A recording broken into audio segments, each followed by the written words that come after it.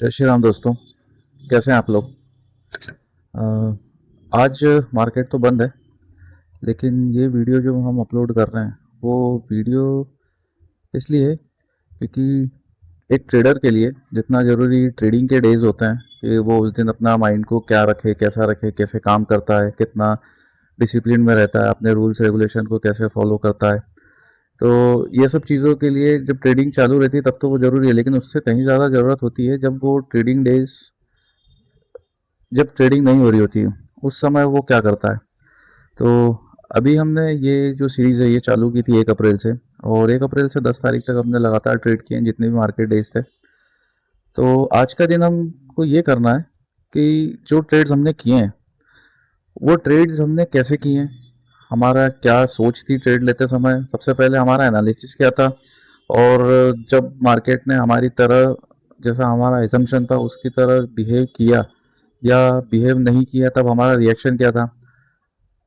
हमने ट्रेड लेते वक्त क्या सावधानी रखी, जो हमने डिसिप्लिन किया था, रखा था, मेंटेन किया था, खुद ही एज्यूम किया था, वो डिसिप्लिन हमने रखा या नहीं रखा। तो वो सब चीज़ों को देखने के लिए हमें पीछे जाना पड़ेगा।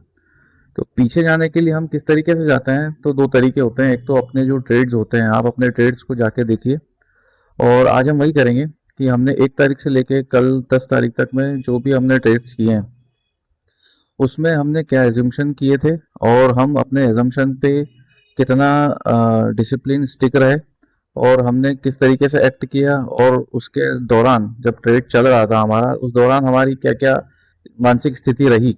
हम हमारे एनालिसिस से डेविएट हुए मार्केट स्ट्रक्चर को देखते हुए, या हम उस पर स्टिक रहते हुए हमने फाइनल रिजल्ट का इंतजार किया, वेदर वो लॉस हो या प्रॉफिट हो। तो अब हम आज चलिए चालू करते हैं हमारा ये वीडियो। इसमें सबसे पहला हमारा दिन था 1 अप्रैल। तो 1 अप्रैल में हमने ये तरीके से यहाँ से चालू किया था। तो इसमें हमारा एनालिसिस क्या था, मार्केट अभी यहाँ पे हमने जब अगर आप मेरा पुराना वीडियो देखें तो मैं आपको एक बार फिर बता दूं कि ये मेरा चैनल है जिसको मैंने स्टार्ट किया था, और इसमें हम अभी तक ये ट्रेडिंग के 7 वीडियोस डाल चुके हैं, और ये सबसे पहला मेरा जब मैंने इन्फॉर्म किया कि जब मैं जर्नी चालू कर रहा हूँ ये वो वीडियो है। हालांकि इसमें ये पहले दो दो वीडियो उसमें मेरी वॉइस क्लियर नहीं था क्योंकि मैं बहुत ही ज़्यादा नया हूँ इसमें, इस चीज़ के लिए, इस जर्नी में। क्योंकि ट्रेडिंग तो मैं करता था, लेकिन ये वीडियो स्ट्रीम करना और अपलोड करना इन सब चीज़ों का मुझे जानकारी नहीं थी। लेकिन मैंने थर्ड वीडियो से ऑन गोइंग में मैंने बीच में सब कुछ किया, करने की कोशिश की, और शायद क्योंकि ये जो नई वीडियोस में देख रहा हूँ इसमें मुझे काफ़ी ज़्यादा इंप्रूवमेंट दिख रहा है। बाकी और स्कोप है अभी और सही करने का। ये 9 तारीख का जो वीडियो था इसमें तो काफ़ी ज़्यादा मिस्टेक की है मैंने, क्योंकि ये बहुत लंबा वीडियो भी था, और इसकी वजह से जब मैंने इसको छोटा किया तो उसमें जैसे कुछ कुछ चीज़ें थी जो मैंने ट्रेड लिया वो एंट्री ही मैंने इसमें गायब कर दी जो बाद में देखा। बट मैं बार बार चेंज करना नहीं चाहता था, इसलिए मैंने इसको एज इट इज़ रखा कि आगे इस चीज़ को और इम्प्रूव करूँगा। तो ये है मेरा चैनल। अगर आप नए हैं, आपको नहीं पता है, तो आप इसको आके ज्वाइन कर सकते हैं, और मेरी जो जर्नी है इसमें आप भी अ, इस पे देख सकते हैं कि किस तरीके से आगे बढ़ा जाए। तो हमारा जो लेक्चर है वो शुरू करते हैं। तो इसमें सबसे पहला जो हमारा इसका एनालिसिस था 5 तारीख का, उसमें हमारा जो लॉन्ग टर्म व्यू था, मार्केट क्योंकि डाउन ट्रेंड में ही था, तो ये लाइन मेरा यहाँ से, ये पहला तारीख है, यहाँ से हम स्टार्ट कर रहे हैं। तो इसमें जो लॉन्गर ड्यूरेशन है, लॉन्गर बिगर टाइम फ्रेम था उस पे, और 1 डे पे या 4 आवर पे, 1 आवर पे, सब पे बियरिश ही था। तो इस वजह से हमारा इस पे जो डिसाइड किया था कि हम इसमें सेल ट्रेड ही बनाएंगे। लेकिन क्या हुआ था इस दिन, मार्केट जो प्रीवियस डे था, प्रीवियस डे का हाई से ऊपर ओपन हुआ था। तो हमारा एक जैसा मुझे लगता है कि जब मार्केट अगर बियरिश ट्रेंड में भी हो, क्योंकि ऐसा हमेशा नहीं होता कि बियरिश ट्रेंड में है तो कभी पॉजिटिव कैंडल ही ना बने। तो इसी हिसाब से अगर प्रीवियस डे हाई को ब्रेक करके ही मार्केट ओपन हो रहा है तो उस केस में हम एक बार बाइंग अपॉर्चुनिटी देख सकते हैं, क्योंकि हमें शायद कम एसएल में एक बड़ा टारगेट देखने को मिल सकता है। तो पहला दिन ही ऐसा हुआ था कि इतना बड़ा गैप अप हो गया था प्रीवियस डे को। बहुत जो प्रीवियस डे था वो काफ़ी बियरिश था, और उसके पहले का दिन भी 2-3 दिन कंटिन्यू बियरिश थे। तो इस वजह से अगर यहाँ पे गैप अप ओपन हुआ है तो ये सारे शॉर्ट को कट करने के लिए मार्केट ऊपर जा सकता है। इस वजह से हमने इस पे बाइंग ट्रेड का एजम्पशन किया था आफ्टर मार्केट ओपनिंग। तो इसके हिसाब से हमने ये चीज़ बनाई थी कि मार्केट अगर जब यहाँ से चल के अगर ये प्रीवियस डे हाई तक आएगा तो हम यहाँ से बाय करेंगे। लेकिन मार्केट ओपन होने के बाद मुझे ऐसा लगा, जब मैंने इसको और निफ्टी बैंक निफ्टी दोनों को साथ में कोइंसाइड करके जब मैं एनालाइज कर रहा था, तो उस समय मुझे निफ्टी बैंक में ब्रेकडाउन मिला यहाँ कहीं इस लेवल पे, इस कैंडल पे बैंक निफ्टी ब्रेकडाउन दे चुका था, लेकिन इसने नहीं दिया था। तो मैंने कहीं से सीखा था कि एसएल हंटिंग कैसे होती है कि इसमें जब दो इंडेक्स अगर आप चेक करते हैं तो उसमें एक इंडेक्स ने अगर ब्रेकडाउन दे दिया है तो दूसरा इंडेक्स ब्रेकडाउन देने के पहले ही वहां से बाय हो जाएगा, क्योंकि वहां सारे, अगर बैंक निफ्टी ने ब्रेकडाउन दिया है और निफ्टी अगर अपने लो को होल्ड कर रहा है तो यहाँ से ये चांसेस बन सकता है कि निफ्टी होल्ड करके निफ्टी ऊपर की तरफ चला जाए और यहाँ से ऊपर चला जाए और बैंक निफ्टी भी रिवर्स हो जाए। और हमारी क्योंकि डायरेक्शन भी बुलिश ही थी, इस वजह से मैंने इस पे ये डिसाइड किया कि हम इस पे बुलिश ट्रेड बनाएंगे यहाँ से।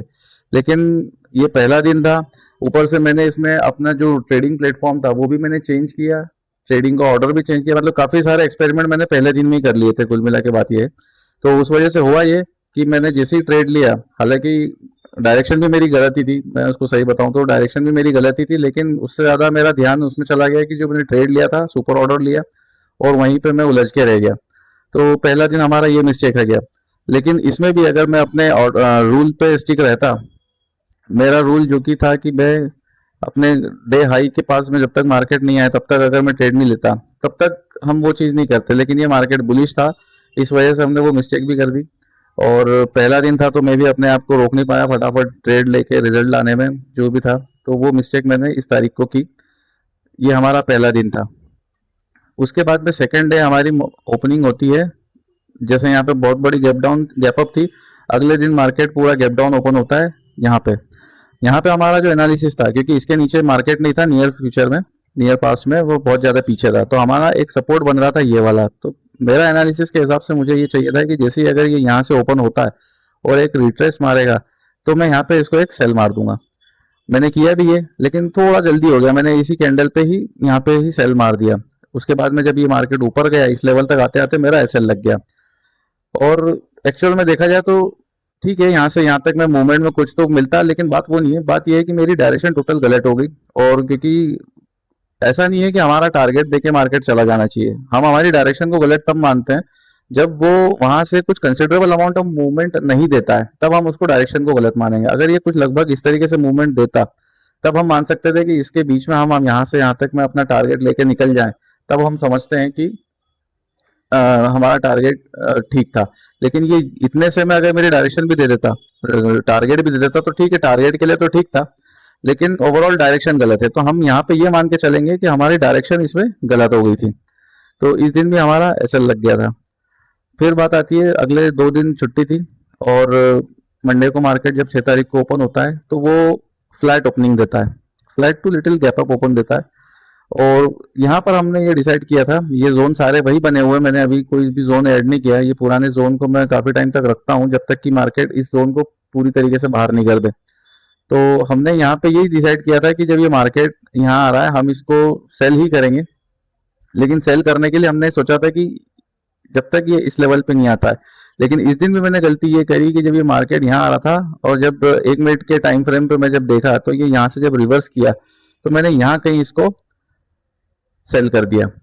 और यहाँ कहीं सेल करने से हुआ ये कि इसने जब ये ऊपर गया इतने में ही मेरा लॉस हो गया था। फिर यहाँ से यहाँ तक मैं अगर अगर मैं बाई चांस अपने ही डिसिप्लिन अपने जो एज्यूम लेवल पे वहाँ पे रुकता तो मुझे ठीक ठाक बेनिफिट यहाँ पे मिल जाता, पर वो भी मेरी गलती थी और यहाँ पे मैंने इसको फॉलो नहीं किया और यहाँ पे भी मुझे लॉस लेना पड़ा। तो ये भी एक अगेन मिस्टेक थी 6 तारीख की। उसके बाद में हालांकि इसमें हम ये नहीं कहेंगे कि हमारा एनालिसिस गलत था, इसमें ये कहेंगे कि इसमें मैंने फोमो में ये ट्रेड लिया कि मुझसे ट्रेड मिस ना हो जाए। हालांकि इसने मुझे यहाँ से यहाँ तक में टारगेट दिया था, जब मैंने यहाँ कहीं टारगेट बनाया था तो ये काफी अच्छा 60-70% टारगेट दिया, बट खैर 60-70 टारगेट नहीं होता, वो तो टारगेट मतलब 100% ही है। मगर इसने हमें ठीक ठाक दिया था, लेकिन वो थोड़ा और अगर नीचे आता तो एक बार में हो जाता। लेकिन ये भी उस समय लग रहा था हमको कि ये सपोर्ट जो है, ये सपोर्ट हमको कहीं ना कहीं थोड़ा सा धोखा दे सकता है, यहाँ से बाय को ट्रैप बायर्स को बुलाने के लिए एक मूवमेंट दे सकता है। और इसी वजह से मैंने ये एज्यूम किया था कि मैं इस लेवल से बाय पुट बाय करूंगा, बट वो जो कि मैंने फोमो में आके पहले ही कर दिया और मुझे यहाँ से यहाँ तक में ही लॉस हो गया और हम बाहर हो गए। उसके बाद में अगला दिन आता है ये वाला।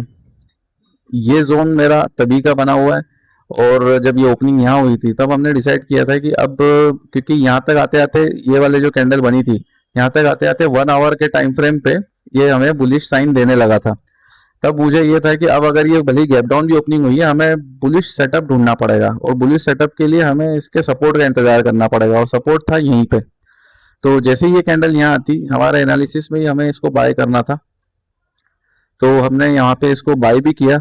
और अगर उस समय हमारा ये भी एनालिसिस था कि अगर इसको यहाँ से सेल में आना है, तो सेल में आने के लिए ये एक ट्रेंड लाइन बन रही थी, तो इसको पहले, क्योंकि यहाँ पे भी इसने इसको टच नहीं किया है, तो हमारा यही था कि अगर इसको सेल में भी आना है तो ये पहले यहाँ जाने के बाद में ऐसे सेल में आएगा, तो एटलीस्ट हमको यहाँ से लेके ये यहाँ तक का एक टारगेट मिल जाएगा। और दूसरी बात ये थी कि क्योंकि ये 1 आवर पे भी आके बुलिश हो गया था, तो हम एक बुलिश ट्रेड ले सकते थे। ऐसा नहीं था कि हमारे जो सेटअप डायरेक्शन है वो बियरिश हो रही है लॉन्गर और शॉर्टर टाइम फ्रेम पे और मैंने बुलिश ट्रेड ले लिया, ऐसा नहीं था।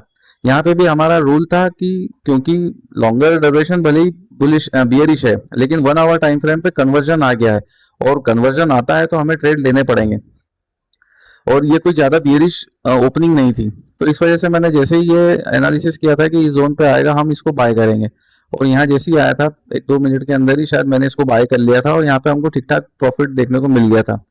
तो यहाँ पे और हमारी डायरेक्शन भी ओवरऑल सही थी, क्योंकि वो एटलीस्ट यहाँ तक जाने के लिए इसको बुलिश, और ये इसने पूरा दिन ही उस लेवल पे जाते में निकाल दिया, तो ठीक है, डायरेक्शन भी हमारी ठीक ही थी।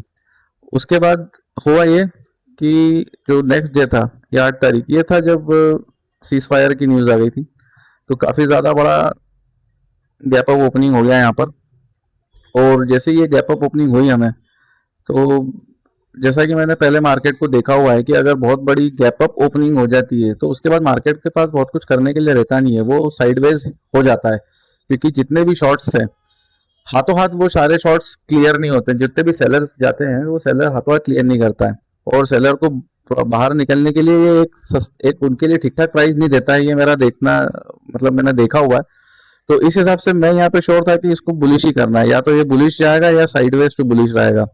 हमने थोड़ा सा वेट किया, और हमारी इच्छा यही थी इसमें कि हम इस जोन पे इसको बाय करें, कॉल बाय करें, लेकिन हुआ ये कि ये यहाँ से लेके यहाँ तक कहीं भी नहीं आया। फिर हमने जब ये किया तो सेकंड एनालिसिस हमारा ये था कि हमने एक ट्रेंड लाइन बनाई थी यहाँ पे, कि यहाँ से लेके यहाँ पे ये जब भी इस ट्रेंड लाइन को टच करेगा तब हम इसको बाय करेंगे। तो इसने किया भी यही, इसने करीबन हमें इस ट्रेंड लाइन पे हमने इसको बाय किया था यहाँ पर। मार्केट क्योंकि इस जोन में नहीं आ रहा था, तब हमने यहाँ से करने के बाद हमने डिसाइड किया था कि ये इस पॉइंट के बाद में इस ट्रेंड लाइन, इस लाइन को ब्रेकआउट देने के बाद जब भी इसको टच करेगा हम यहाँ पे बाय करेंगे। तो हमने वैसे ही यहाँ पे इसको बाय किया, थोड़ा सा नीचे गया, लेकिन इसने हमको यहाँ पर आके लगभग हमारा टारगेट दे दिया था। और ये क्योंकि मार्केट साइडवेज टू बुलिश था, हमारा एजम्पशन था वैसा ही रहा लगभग, और इसने आखिरी तक इसने नीचे आके अपने सेलर्स को, बायर्स को नहीं निकाला। तो यहाँ भी हमको ठीक ठाक प्रॉफिट हो गया जो हमारा टारगेट था। 9 तारीख की बात करें तो 9 तारीख की बात ये थी कि क्योंकि मार्केट प्रीवियस डे में एक तरीके से साइडवेज टू बुलिश था, और इसकी ओपनिंग भी रेंज में ही हुई थी, तो हमें लग ही रहा था कि ये चीज अब जो फुल डे है आज पूरा दिन ये इसी में ही रहेगा, इसके जो बॉटम था यहाँ से बाय होगा और यहाँ से सेल होगा। तो इसने शुरुआत में ही हमने जब ये कैंडल हुआ था तो इसी जोन पे ही हमने एनालिसिस किया था कि हम इस जोन पे जैसे यहाँ ओपनिंग हो रही है तो यहाँ पर अगर आता है तो हम इसको बाय करेंगे, और यहाँ अगर आ जाता है शुरुआत स्विंग अगर पहला बाइंग बना देता है तो यहाँ से कहीं इसको सेल करेंगे, या हम इसकी जो क्लोजिंग प्राइस थी वहां से भी सेल कर सकते हैं। तो इसने एक्चुअल में दोनों चीजें सही करी। जैसे ही ये खुला यहाँ पर आया और हमने यहाँ पे इस पे बाय पंच कर दिया था, और बाय पंच करने के बाद में ये गया भी यहाँ तक क्लोजिंग तक। अब एकदम क्लोजिंग को टच तो नहीं किया इसने, लेकिन ये फिर भी वहां तक गया, वहां से फिर से गिर गया। उसके बाद में लगभग पूरा दिन ही ये यहीं पे करीबन रहता गया, आखिरी में इसने ब्रेकडाउन दिया, और जो कि क्लोजिंग फिर भी उसने इस जोन के लगभग पास में करी, मतलब वो साइडवेज ही बनने की कोशिश थी, पूरा दिन साइडवेज में निकल गया। तो हमारा ये भी इस दिन भी हमारा ठीक ठाक प्रॉफिट हो गया और हम बाहर हुए। फिर बात थी ये लास्ट डे की ऑफ द वीक। इस दिन भी इसकी ओपनिंग रेंज में ही हुई, और इसकी रेंज में होने के लिए हमने इसमें बाय करने का ही प्लान किया था, लेकिन बाय करने के प्लान के साथ भी हमने इसमें यही सोचा था कि ये अगर इस जोन में आ जाएगा तब हम इसको बाय करेंगे, लेकिन ये इस पूरे जोन में नहीं आ पाया पूरे दिन, और ये यहीं पे निकल गया। इसने दो अपॉर्चुनिटी दी थी हमें बाय करने की, एक ये कैंडल था और एक ये आखिरी में कैंडल था। पर यहाँ तक तो मैं आते आते अपने वीडियो भी बंद कर चुका था इस पोर्शन में, क्योंकि मुझे थोड़ा काम भी था। और इसके बाद में हम ट्रेड इनिशिएट करते हैं ये लगभग 2 सवा 2 बजे के बाद, तो वो कोई सेंस का नहीं बनता है, क्योंकि हम ऑप्शन बायर हैं, हम मतलब एकदम ही जीरो हीरो ट्रेड पकड़ना चाह रहे हैं, तब जाके 2 बजे के बाद के ट्रेड हम पकड़ेंगे। तो मैं अभी इस सीरीज में ऐसा कोई भी ट्रेड लेना नहीं चाह रहा। तो ये हम क्यों नहीं ले पाए, क्योंकि यहाँ पे मैं वही सोच रहा था कि ये इसको टच करेगा और मैं इसको बाय करूंगा, लेकिन इसने इस जोन को, जो मैंने उस समय, आप अगर वीडियो देखेंगे तो उसमें आपको क्लियरली दिखेगा कि उसने मेरे जोन को टच नहीं किया। और हालांकि टच करते से भी मैं नहीं लेता, टच करके थोड़ा बहुत तो नीचे आता तब जाके मैं इसको कहीं इन बिटवीन लेता, तो ये तो वैसे भी छूट जाता। बट उसके बाद में ये कभी आया भी नहीं, तो हम पूरा दिन, क्योंकि लेवल के लिए वेट ही करना था, इस वजह से हमने इसको ट्रेड ही नहीं लिया। और इसको क्यों भी नहीं लिया, इस ट्रेड को क्यों नहीं लिया, उसकी लर्निंग हमको मिली है पीछे जाके, जहाँ पे मैंने यहाँ पे एक गलती की थी कि यहाँ पे मेरा ये सेटअप था कि मुझे जैसे ही ये इस हाई को पकड़ेगा मैं इस जोन से ही इसको सेल करूंगा यहाँ से। और मैंने करा क्या, मैं अपने फोमो में आ गया और मैंने मेरा ही लेवल फॉलो नहीं किया, और मैंने यहाँ कहीं सेल कर दिया, जिसमें कि यहाँ पे थोड़ा बहुत प्रॉफिट मिला, लेकिन ये ऊपर जाने में ही मुझे एसएल देके बाहर कर दिया। जबकि मेरा बाइंग पॉइंट यही था पुट बाय करने का, मैंने ये पहले ही मार्क करके रखा था, लेकिन फिर भी इसी पॉइंट को मैंने छोड़ा और इसी पॉइंट ने मुझे एसएल से बाहर किया। तो वहां 10 तारीख को ट्रेड न लेने का कारण था ये 6 तारीख का मेरा रूल जो मैंने ब्रेक किया था। जो लेवल मैंने डिसाइड किया, जोन मैंने डिसाइड किया, मैं फोमो में आके ये काम नहीं कर सकता। तो ये था हमारा जो पिछले 10 दिन का जो ट्रेडिंग की थी हमने। तो अब 1 और 2 के बाद में जो 2 दिन मिले थे मैं उसमें भी बनाना चाह रहा था, बट उसके लिए 2 दिन के ही वीडियो थे, तो मैंने सोचा कि मैं थोड़ा नेक्स्ट वीक बनाऊंगा। तो अब काफ़ी ज़्यादा ट्रेडिंग डेज हो गए हैं, तो इसमें बहुत कुछ चीज़ें सीखने को भी देखी गई हैं। अगर आपने वीडियो देखे भी होंगे तो उसमें आपको थोड़ा बहुत देखना, लेकिन ये पूरा एक साथ जब पूरा हफ्ता देखेंगे तो इससे ज़्यादा चीज़ें हमें क्लियर होंगी। कि पहले इस दिन तो ये ट्रेड तो ठीक था, कोई बात नहीं, इसमें मेरा डायरेक्शन ही गलत हो गया था इस दिन। दूसरा दिन यहाँ पे भी हमारी डायरेक्शन ही गलत हो गई थी। थर्ड डे यहाँ पे मैं फोमो में आ गया और मैंने गलती करी, मैं अपने ठीक ठाक लोकेशन पे अगर करता तो मुझे प्रॉफिट मिल जाता। उसके बाद में जो अगले 3 दिन है 7, 8, 9, उसमें मैं ठीक ठाक प्रॉफिट हुआ, तो उसमें सच कोई सीखने वाली बात नहीं है। सीखने वाली बात आपको, जिस दिन आप गलती करते हैं केवल उसी दिन सीख सकते हैं, जिस दिन सही है उस दिन आपको वो दिन याद नहीं रहेंगे, वो तो प्रॉफिट हो गए तो आप उसको भूल जाओगे। आपको याद रखने की बात है, अगर आप प्रॉफिट याद रख रहे हैं तो ये आपके लिए लर्निंग में बहुत बड़ी प्रॉब्लम है। आपको याद रखना है वो दिन जिस दिन आपने गलती करी है और लॉस किया।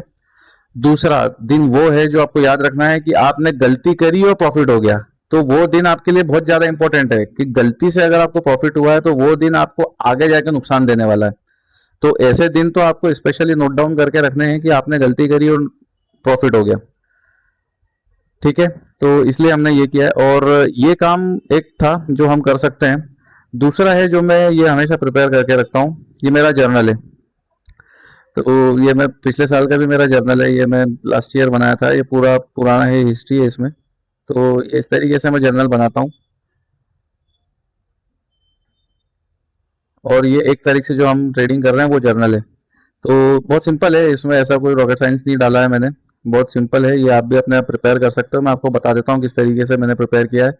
इसमें डेट है, trade time in, trade time out, total time of the trade, क्या स्ट्राइक प्राइस है, आपका इंस्ट्रूमेंट कॉल या put, expiry of the week, ये क्वांटिटी है, buy sell price, total points आपने जो कैप्चर किए हैं उसका प्रॉफिट लॉस, और उस दिन का प्रॉफिट एंड लॉस। ये नॉर्मली पहले जब मैं मल्टीपल ट्रेड्स करता था तब, जैसे यहाँ तो एक दिन का एक ही ट्रेड है, अगर 3-4 ट्रेड्स हो जाते हैं, किसी के लिए 3 दिन, कोई एक दिन में 3 ट्रेड लेता है, कोई 4 ट्रेड लेता है, तो उसके लिए है कि डे का पीएनएल कितना हो रहा है।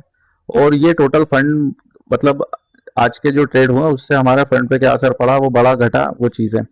परसेंटेज रिटर्न, ये सब, इसमें ये जो पॉइंट है ये आपका काम का नहीं है, किसी के भी काम का नहीं है। सबसे ज़्यादा काम का है एक तो ये चीज़ जिसपे कि आप एनालिसिस कर सकते हैं कि आपके ट्रेड्स के टाइमिंग क्या हैं, जब आपके ट्रेड्स सही जाते हैं। अगर आप कोई स्टडी करना चाहते हो तो उसके लिए है। ये रिसर्च के लिए। दूसरा आपको खास बात इतना सा है, ये जो चीज़ है सबसे ज़्यादा इंपॉर्टेंट ये है, जैसे कि आप देख रहे होंगे कि अभी जो पिछले 3 दिन है, उन 3 दिनों में मेरे पास कुछ भी नोट्स जैसा कुछ भी नहीं है। क्यों? क्योंकि लर्निंग के नाम पे कुछ भी नहीं है मेरे पास इसमें। 7, 8, 9, 10 तारीख का मैंने अभी तक इसमें जर्नल नहीं डाला है, क्योंकि मैं वहाँ पे साइडवेज था मार्केट और बिजी था, मैं नहीं जा पाया। अब ये करने के बाद में मैं इसमें जर्नल लिखूंगा। 7, 8, 9 में मेरे पास सीखने के लिए कुछ भी नहीं है, क्योंकि जो सोचा था मैंने वैसा ट्रेड लिया और प्रॉफिट हो गया, इसलिए कोई बात नहीं। बट ये फिर भी लिख लिया हमने। लेकिन खास बात यहाँ पर है, और यहाँ पे ये 1, 2 पॉइंट्स को मैं आपको खोल देता हूँ कि मैं किस तरीके से लिखता हूँ पुरानी चीज़ों को। यहाँ पे देख सकते हैं आप, इसको पढ़िए आप। As the opening was big gap up, also previous day high. ये जो भी है आप इसको पॉज करके वीडियो इसको पढ़ लीजिएगा। तो इसमें पढ़ने में आपको वही मिलेगा कि जो मैंने वहाँ पे वीडियो बताया है, वीडियो में जो हमने लर्निंग सीखी है वही मैंने यहाँ पे चीज़ें लिखी है। और ये हमारा गलत ट्रेड जो था, बैड ट्रेड, तो ये बैड ट्रेड क्यों था, इसकी भी आप इसको रोक के देख लीजिए। क्योंकि मैंने अपने लेवल के लिए रुकना था, पर मैं वहाँ रुका नहीं और मैंने पकड़ के ट्रेड लेने की कोशिश करी और उसकी वजह से मुझे लॉस लेना पड़ा। तो ये चीज़ है, ये इस तरीके के जो नोट्स है ये आपको बनाते हुए चलना है। जहाँ पे आप ठीक ठाक हैं कोई दिक्कत नहीं, वहाँ पे पॉजिटिव भी हो नेगेटिव भी हो उससे फर्क नहीं पड़ता। लेकिन जहाँ पे आपने गलती करी है, इस तरीके के रिमार्क्स को आपको खासकर पीछे जाके हर हफ्ते जाके इसको पीछे देखना पड़ेगा। पहला आपको ट्रेड्स में देखना पड़ेगा, दूसरा आपको इन चीज़ों में आके देखना पड़ेगा। तो इस तरीके के जर्नल अगर आप बनाते हैं तो आप मान सकते हैं कि आप शायद प्रॉफिटेबल हो सके नियर फ्यूचर में। अगर केवल आप रैंडमली ट्रेड लेते हैं और प्रॉफिट लॉस हुआ और शाम को सो जाते हैं और अगले दिन फिर आके सुबह 9, 9:15 बजे बैठ जाते हैं एनालिसिस करके, तो वो इतना मुझे लगता है प्रॉफिटेबल नहीं बना पाएगा आपको। क्योंकि मैं ये पहले 3, 4 साल कर चुका हूँ काफ़ी रैंडम तरीके से। इस वजह से जब से मैंने इसको जर्नल वगैरह जर्नलिंग चालू करी है, तब से मुझे थोड़ा खुद में बेनिफिट, खुद में अपने को ग्रोथ दिखी है।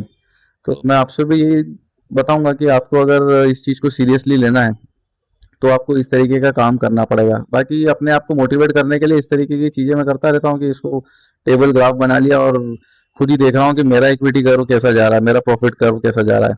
ये रैंडमली मैंने इसमें 30,000 रुपये डाले थे अकाउंट में। ये सबसे पहला दिन का ट्रेड है।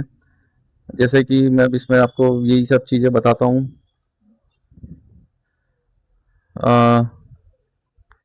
इसको ये प्लेटफॉर्म अपना है, इसमें कहाँ पे जाते हैं ये, तो हालांकि ये एक ही बार देख रहे हैं हम, बार बार इसको नहीं देखेंगे। जैसे कि पता नहीं सेबी की गाइडलाइन क्या है पीएनएल को बताने के लिए, बट ठीक है इसको एक बार देख लेते हैं हम। क्योंकि अभी इतना बड़ा चैनल नहीं है इसलिए मैं इसको दिखाने में कोई दिक्कत नहीं है। ये 1 तारीख को, तो जब मैंने जो पुराना सबसे पहला जो ट्रेड था ये वाला 1 तारीख का, सॉरी ये वाला, इस दिन जिस दिन ना तो ट्रेडिंग प्लेटफॉर्म को समझ में आ रहा था और मेरा सुपर ऑर्डर की वजह से गड़बड़ कर रहा था, तो ये ट्रेड यहाँ पे नहीं लिया था। ये ट्रेड यहाँ पे, ये जो था ये धन प्लेटफॉर्म पे लिया था मैंने। उसमें मेरे को लगभग 2500 समथिंग का नुकसान हुआ था। वो आपको इसमें नहीं देखने को मिल रहा, वो यहाँ देखने को मिलेगा। ये 1 तारीख को इसमें आप देख सकते हैं कि ये 2600 रुपये का नुकसान हुआ था। और इसमें ब्रोकरेज कहीं भी नहीं है, ये मैं बता दूं आपको। ब्रोकरेज इस पीएनएल में ब्रोकरेज कहीं भी नहीं है, क्योंकि ब्रोकरेज का 60-70, क्योंकि मैं एक दिन का एक ही ट्रेड करता हूँ तो वो 60-70 का कैलकुलेशन में इसमें नहीं डाला। वो आप उसको ऐड ऑन कर सकते हो, क्योंकि इसमें सब में 60 रुपये घटेंगे। इस दिन मल्टीपल ट्रेड्स हुए थे, तो इस दिन का तो मेरा ब्रोकरेज मिला के ही 500 रुपये का नुकसान है। मतलब ये 2600 रुपये दिख रहा है, लेकिन एक्चुअल में 3100 रुपये का लॉस है इस दिन का। वो धन प्लेटफॉर्म खोलना पड़ेगा मेरे को। 3100 रुपये का लॉस है, और ये बाकी दिन में 50 रुपये और ऐड कर सकते हो, सब्ट्रैक्ट कर सकते हो। अगर ये लॉस है तो इसमें ऐड करना, ये प्रॉफिट है तो इसमें सब्ट्रैक्ट करना, तो 50 रुपये कम हो जाएंगे इसमें। तो इस तरीके का था। ये 5 दिन का दिख रहा हमको। ये 2 दिन, पहला दिन तो धन पे किया था तो उसका लॉस, ये 2 तारीख का लॉस, 6 तारीख का लॉस, और फिर ये 3 दिन के ठीक ठाक प्रॉफिट दिख रहे हैं। तो इस तरीके से खैर ये पीएनएल तो चलता रहेगा। इसमें हमको अभी कम से कम, मैं इसको 2-3 महीने तो मैं कम से कम इसको करूंगा, सीरीज को चलाऊंगा। 2-3 महीने तक तो इसको मुझे देखना है, क्योंकि खुद को ये सीरीज तो मैं अपने आप के लिए कर रहा हूँ कि मैं अपने आप के डिसिप्लिन फॉलो कर सकता हूँ या नहीं कर सकता हूँ। जैसे मैंने आपको ये जर्नल बताया ना, तो जब ये पुराने जर्नल थे इसमें मैंने काफ़ी ज़्यादा, 25-26 का बता रहा हूँ, ये अप्रैल के पहले के, तो इसमें काफ़ी ज़्यादा मैं इसमें मल्टीपल एंट्रीज में लेता था। इसमें एक चीज़ देखोगे कि मेरे जो लॉसेस हैं वो ये 27 पॉइंट के लगभग के लेता हूँ, और प्रॉफिट है ये एग्जैक्टली 55 पॉइंट के। ये हालांकि 55 पॉइंट ये थियोरेटिकल लिखता हूँ मैं, एक्चुअल में ये रहते हैं उठपटांगे, जैसे ये यहाँ पे दिख रहे हैं आपको। अब यहाँ पे मैंने एग्जैक्ट बनाना चालू किया 2026-27 में। ये तो ये 25 से 30 तक के एसएल रहेंगे और 50 से 60 तक के मेरे प्रॉफिट रहेगा। तो खैर ये प्रॉफिट और लॉस बताने की बात नहीं थी। अगर हमें ग्रोथ चाहिए तो उसके लिए इंपॉर्टेंट रहेगा कि आप बैक टेस्ट नहीं बोल रहा हूँ, मैं ये बोलना चाह रहा हूँ कि आप जाके आपने हफ्ते भर में क्या किया, 5 दिन जो ट्रेडिंग करी उसको जाके देखना है हमें। और हमें देखना है कि हमने ये इस चीज़ को मेंटेन किया है नहीं किया। सही वाले को भले ही आप डिलीट भी कर देंगे चलेगा, लेकिन ये वाले दिन आपको कहीं ना कहीं आपके पास नोट होने चाहिए और इसको आपको हर हफ्ते देखना है। उसके बाद में जब मंथ खत्म होता है तब उसको एक बार देखना है, क्योंकि हफ्ते में तो आपको याद रहते हैं, 1 महीने बाद आपको याद नहीं रहेगा। तो जब तक आपको ये कॉन्फिडेंस नहीं आ जाए कि आप काफ़ी ज़्यादा अच्छा कर रहे हैं ट्रेडिंग में, तब तक आपको बार बार यहाँ पे जाके इसको देखते रहना पड़ेगा। तो यही सब कुछ था जो मैं आपसे डिस्कस करना चाहता था आज के वीडियो में। और कोशिश करूँगा कि इसी तरीके से मैं पूरे हफ्ते ही पूरी सीरीज़ में मैं हर हफ्ते सैटरडे संडे जब भी टाइम मिलेगा ये वीडियो पब्लिश करूँ, ताकि हम ये देख सकें कि हमने हमारी ट्रेडिंग में जो इम्प्रूवमेंट थे वो किए या नहीं किए, हम हमारी गलतियों से सीखे या नहीं सीखे। और आपको भी इस वीडियो के माध्यम से मैं मोटिवेट करना चाहता हूँ कि अभी अगर आपने ट्राई करने की कोशिश की है तो आप अपनी जर्नी को कंटिन्यू करें।